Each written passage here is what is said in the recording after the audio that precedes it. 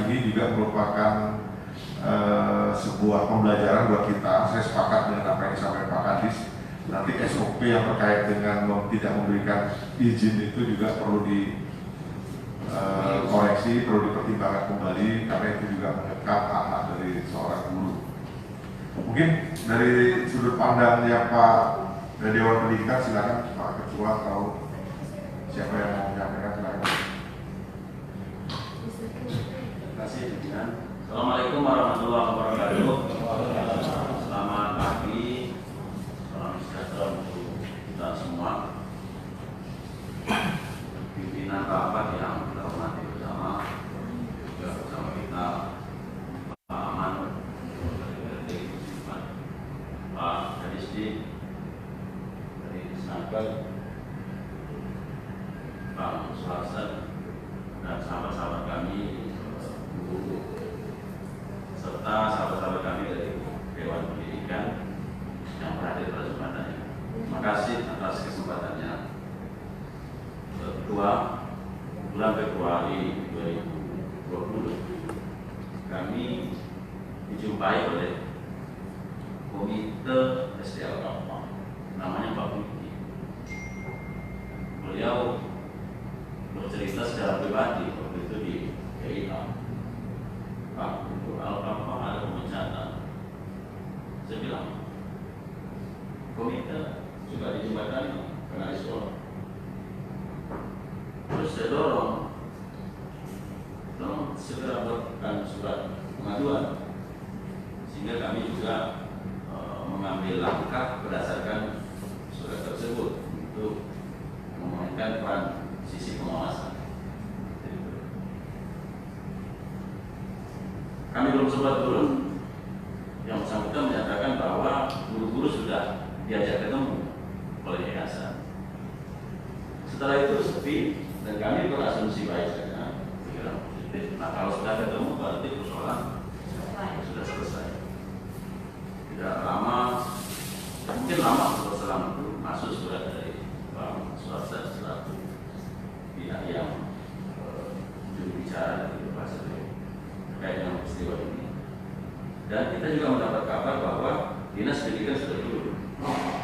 Nah, kami secara kelembagaan berpikiran kalau Dinas Pendidikan sudah turun, maka kalau kami turun lagi juga ya gimana ya, sudah selesai kalau Dinas Pendidikan sudah turun, karena memang tali apinya ada di Dinas Pendidikan. Maka kami mendengar juga kabar bahwa akan diajukan ke DPRD. Kami menunggu pertemuan hari ini dengan harapan besar kami pertemuannya memang betul-betul dari DPRD kedua pihak. Tetapi karena pada hari ini yang datang adalah kita saja, sementara yayasan tidak datang, maka pada poin ini kami berharap mungkin diadakan pertemuan sekali lagi dengan sungguh-sungguh kita minta kehadiran yayasan agar kita mendapatkan keseimbangan informasi. Poin satu. Yang kedua, kami tentu harus nama lembaga turut prihatin dan merasakan apa yang sahabat-sahabat ustadz-ustadzah, guru-guru yang menjadi praktisi pendidikan di Al-Kapal mengalami peristiwa ini. Dan saya tentu juga kawan-kawan pendidikan sepaham bahwa hak warga negara untuk mengikuti calon pegawai negeri sipil jadi tak boleh dihalang. Dalam sejarah pribadi saya juga mengalami itu. Saya berkecimpung di yayasan 2006 sampai 2013. Bahkan ijazah asli ditahan, tidak boleh ikut PNS. Dibatalkan juga. Ketika terakhir saya ikut tes KPU, saya harus memilih, saya mundur atau saya masih bertahan. Yang penting saya ikut tes KPU lah, lulus urusan lain. Nah, maksud saya ini untuk kita semua bahwa Pak Kadis ini juga jadi PR kita.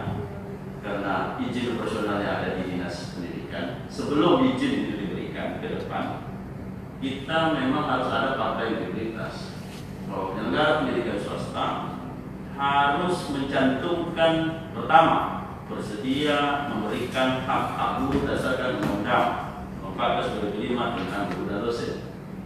Yang kedua, harus ada poin memang tidak menghalangi guru untuk mendapatkan haknya, pengembangan dirinya, mengikuti sebagai pegawai negeri sipil.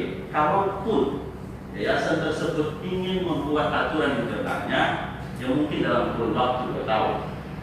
Misalnya lebih dari 2 tahun silahkan dia ikut tes PNS. Misalnya kalaupun ingin itu dilakukan.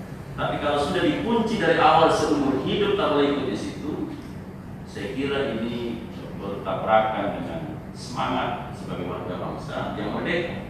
Maka ini mungkin masukan untuk kita Pak Kadis, ketika nanti muncul yayasan-yayasan baru yang akan mengurus izin, menurut hemat kami ini perlu dijadikan catatan. Karena kita prihatin bahwa masih ada guru hari ini, maaf, gajinya di bawah 2 juta. Makan apa nih? Kalau dengan kondisi seperti itu. Dan yayasan berkata, ini aturan internal kami. Nah, ketika yang dikedepankan dibungkus dengan aturan internal, ya kondisi seperti ini akan terus terjadi dan beliau yang akan lelah. Dari siang juga sudah kami mediasi Pak kemarin Pak. Sudah sampai juga di meja ini dari siang. Ya, kalau Al-Kapah maaf tidak kami masuk lagi karena memang dinas pendidikan sudah turun. Kita pikir sudah selesai karena kami mitra dinas pendidikan, teknis ada dari beliau, kami pikir ya sudah selesai. Dan alhamdulillah di samping Bapak Ibu, Ustaz-Ustazah, secara hati perasaan saya merasakan tergores sangat. Tetapi alhamdulillah hari ini Allah berikan tempat yang lebih baik, ya. Kita syukuri itu. Namun hak-hak pemulihan nama dengan sebutan pemecatan tidak hormat, ada pula walaupun pembenarannya perlu buktian, ada kalimat pengkhianat segala macam. Saya kira apa yang ditawarkan oleh beliau tadi ini menjadi solusi alternatif juga. Pada akhirnya tentu kita berharap kalau memang ini menjadi hak kita, yayasan harus mengeluarkan satu keputusan, bukan diberhentikan dengan tidak hormat, tetapi diberhentikan dengan hormat. Kita kan berharap seperti itu saja.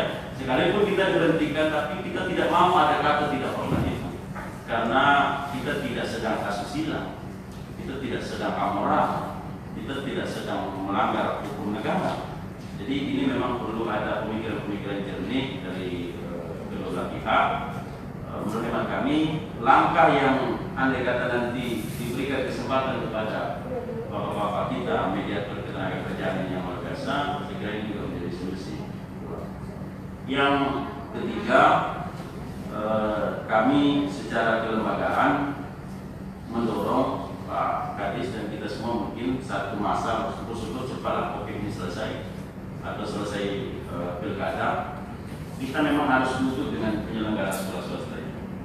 Ada kerisauan tersendiri juga kita terkait dengan penyelenggaraan secara internal. Seakan-akan kalau sudah berdasarkan aturan internal itu, pihak lain itu dihalangi dengan tembok beton yang tak bisa masuk. Maaf, dinas pendidikan pun mungkin sulit masuk ketika dalam hal-hal terkait dengan gaji guru, terkait dengan berapa besar SPP.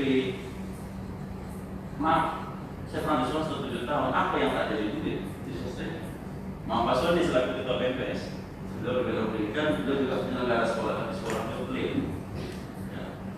Mulai dari kartu ujian, A, B, C, D, E, semuanya harus ada nominalnya. Di sisi lain negara juga memberikan perhatian yang sama rata. Dan menurut kami ada poin-poin yang memang harus menjadi satu poin yang kita buatkan bersama, sehingga ketika menyelenggarakan pendidikan dengan rujukan PP 17/2010 tentang program pendidikan itu, menurut saya ada hak-hak orang yang terlibat di dalamnya terselamatkan. Contoh tadi hak guru, ya, hak guru. Kalau ini bisa kita buat bersama dan kita dudukkan bersama, maka mudah-mudahan 2021 mungkin Pak Kadis kita buatlah semacam entah itu lokataria kan namanya, entah itu seminar kan namanya, tapi yang memang kita harapkan itu yang hadir ya yayasannya. Yayasan itu kan ada 3 unsur, ada pembina, ada pengawas, ada pengurus. Jangan yang dikirim yang jaga sekolah. Maaf. Kenapa? Ketika ingin membicarakan hal-hal yang strategis, orang yang dihadirkan tidak dalam kapasitasnya, maka tidak akan menemukan hasil. Nah, menurut hemat kami ini menjadi penting untuk kita agendakan agar pendidikan Batam baik negeri maupun swasta betul berjalan pada aturan sahabat, teruskan perjuangan di tempat yang baru. Percayalah, nikmat dari Allah SWT itu selalu turun kepada kita ketika kita disalimi oleh pihak-pihak lain. Terima kasih.